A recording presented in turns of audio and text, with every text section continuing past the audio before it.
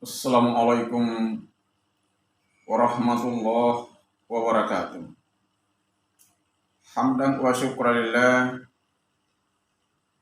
dipersembahkan kepada Allah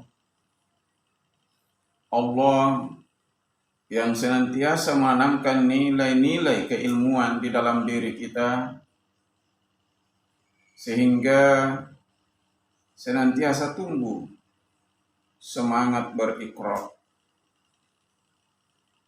Salawat dan taslim diperuntukkan kepada Rasulullah Muhammad sallallahu alaihi wasallam, Rasul yang diutus ke dunia ini sebagai rahmatan lil alamin. Semoga kerahmatan Muhammad sallallahu alaihi wasallam,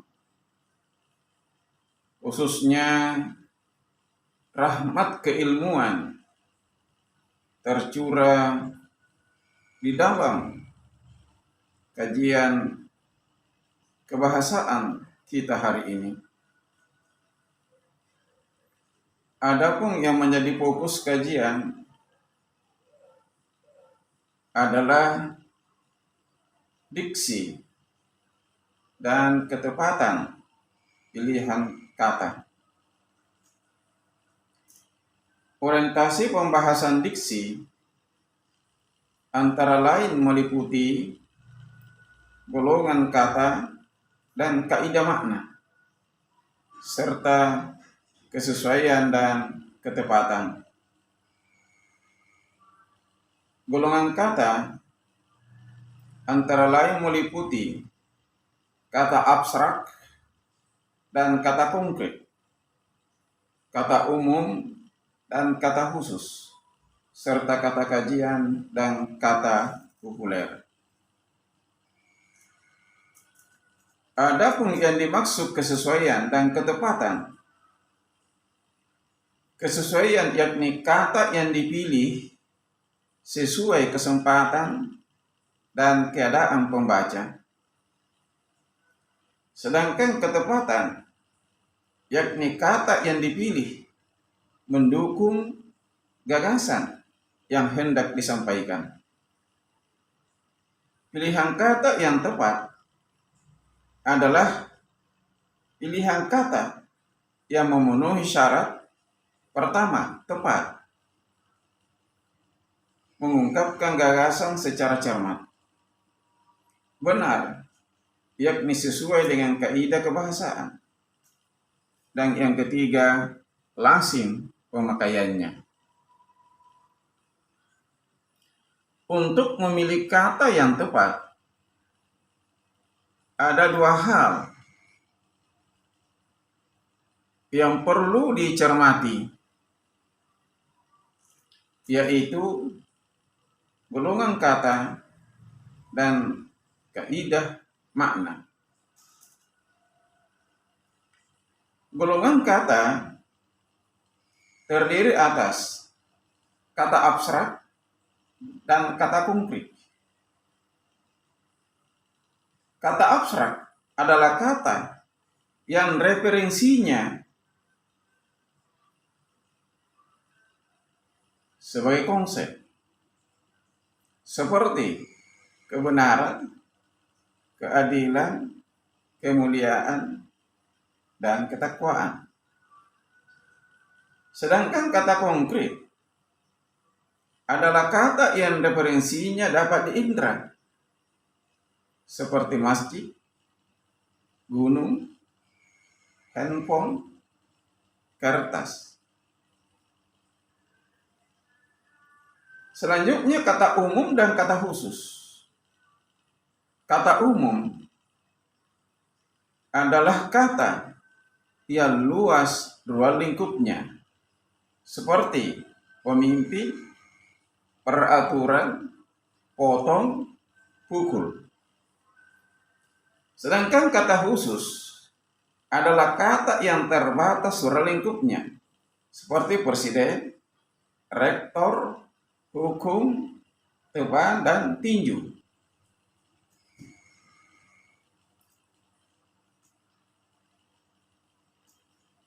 Kata presiden dikategorikan sebagai kata khusus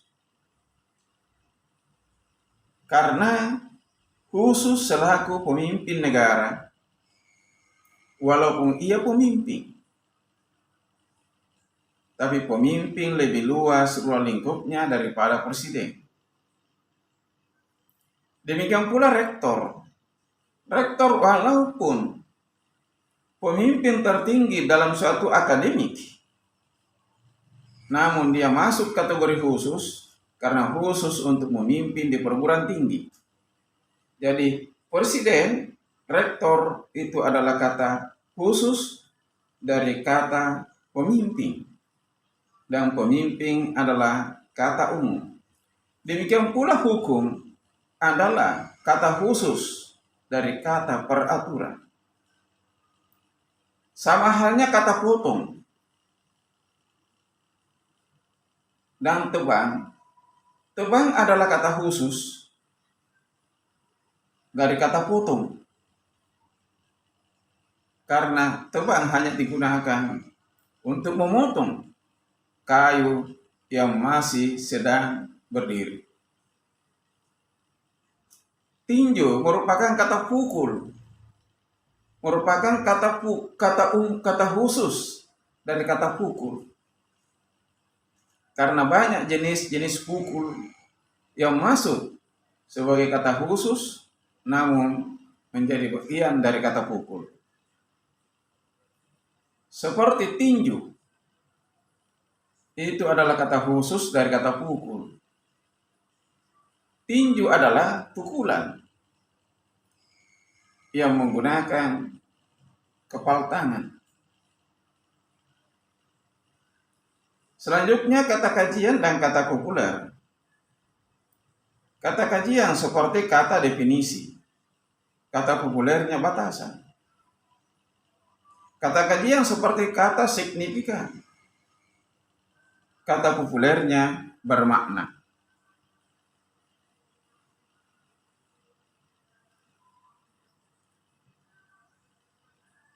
Selanjutnya, pembahasan kita adalah kaidah makna.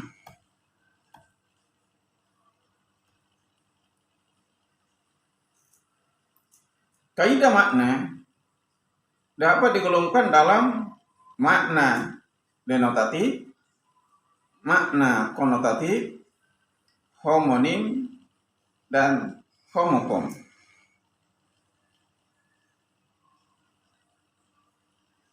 Makna denotatif adalah makna konseptual, atau makna yang sebenarnya, seperti kebenaran, kecerdasan, kemuliaan, keadilan. Itu ada dalam ranah konsep.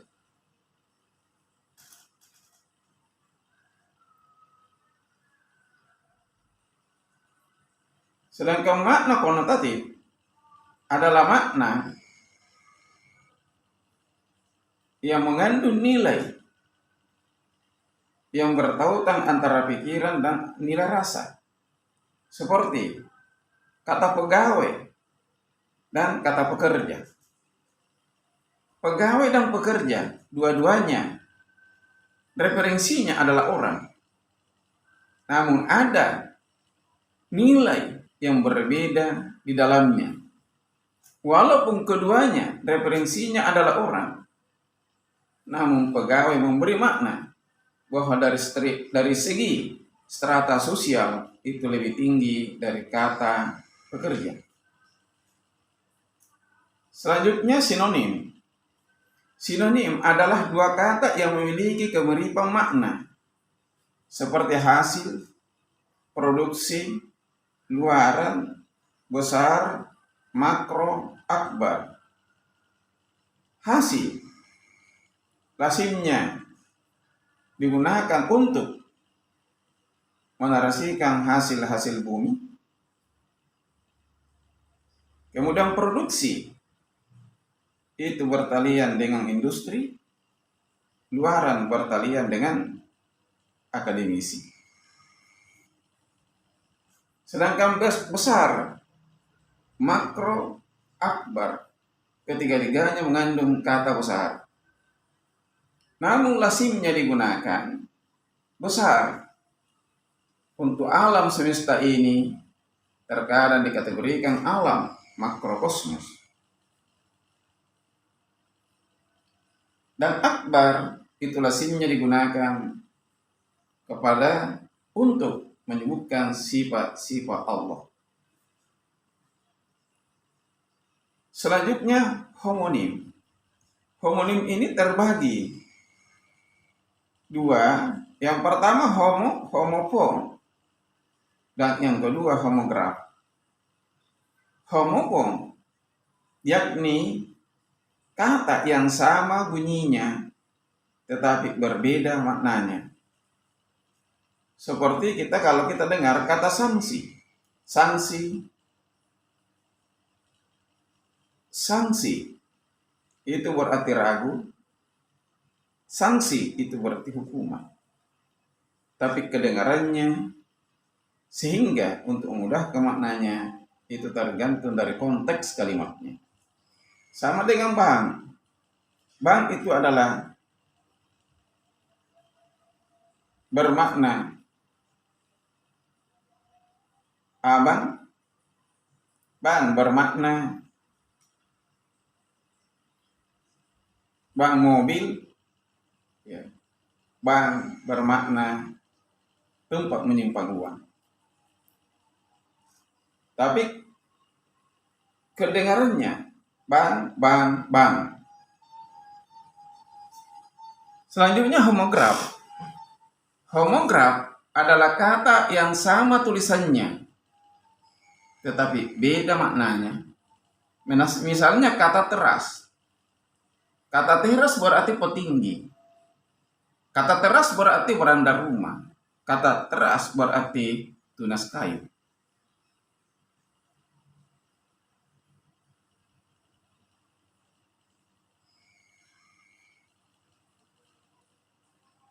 Menurut hemat saya, tidak ada kata yang bersinonim total yang penggunaannya dapat dipertukarkan.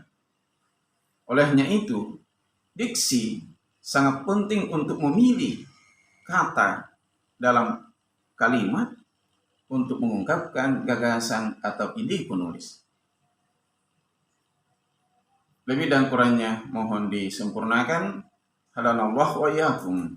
Wassalamualaikum warahmatullahi wabarakatuh.